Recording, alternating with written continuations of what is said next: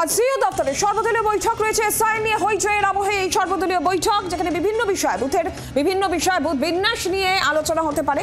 বৈঠকে সব রাজনৈতিক দলের সর্বাধিক 4 জন করে থাকার কথা রয়েছে।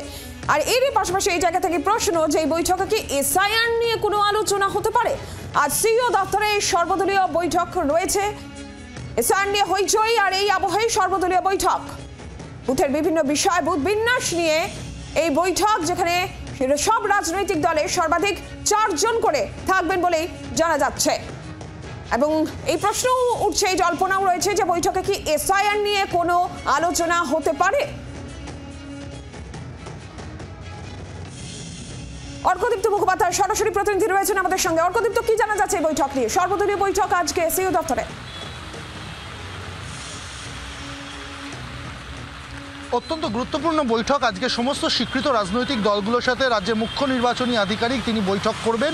বেলা 3:30-র সময় এই বৈঠক হওয়ার কথা রয়েছে। দেখো, মূলত দুটো বিষয় নিয়ে এই বৈঠকে আলোচনা হবে পরিষ্কার, এবং তৃতীয় একটা বিষয় থেকে যাচ্ছে যেটা নিয়ে আলোচনা হওয়ার সম্ভাবনা কিছুটা হলেও থেকে যাচ্ছে।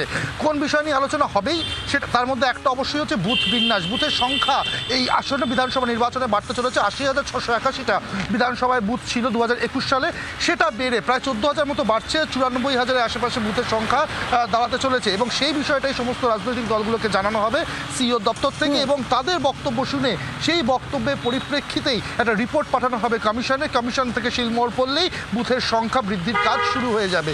দ্বিতীয়ত কোন বিষয়টা নিয়ে আলোচনা হতে পারে?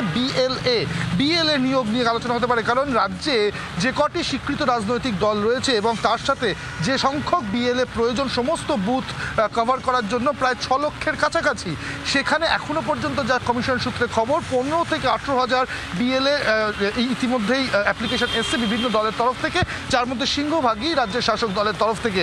এখনও কিন্তু বহু বিএলএ নিয়োগ বাকি রয়েছে, সেই বিষয়টাও কিন্তু সিইও তুলে ধরার সম্ভাবনা রয়েছে আজকে রাজনৈতিক দলগুলোর কাছে। তবে বিএলএ নিয়োগ কিন্তু ম্যান্ডেটারি নয়। এই দুটো বিষয় নিয়ে কিন্তু আজকে আলোচনা হবে নীলাঞ্জনা। অবশ্যই করে যে বিষয়টার দিকে নজর থাকবে যে এসআইআর নিয়েও কোনো রকম আলোচনা হয় কিনা আজকে সমস্ত রাজনৈতিক দলগুলোর ক্ষেত্রে, কারণ ইতিমধ্যেই ইআরও এবং এইআরও তাদের কি স্ট্যাটাস আজকে বিকেল 5টার মধ্যে কিন্তু জমা দিতে হবে সিইও দপ্তরকে।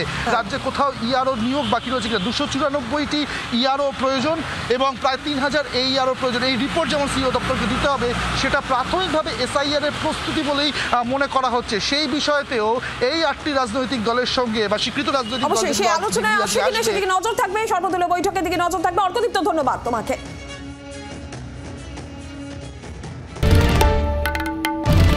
বাংলার আওয়াজ, বাঙালির আবেগ, জি 24 ঘন্টা।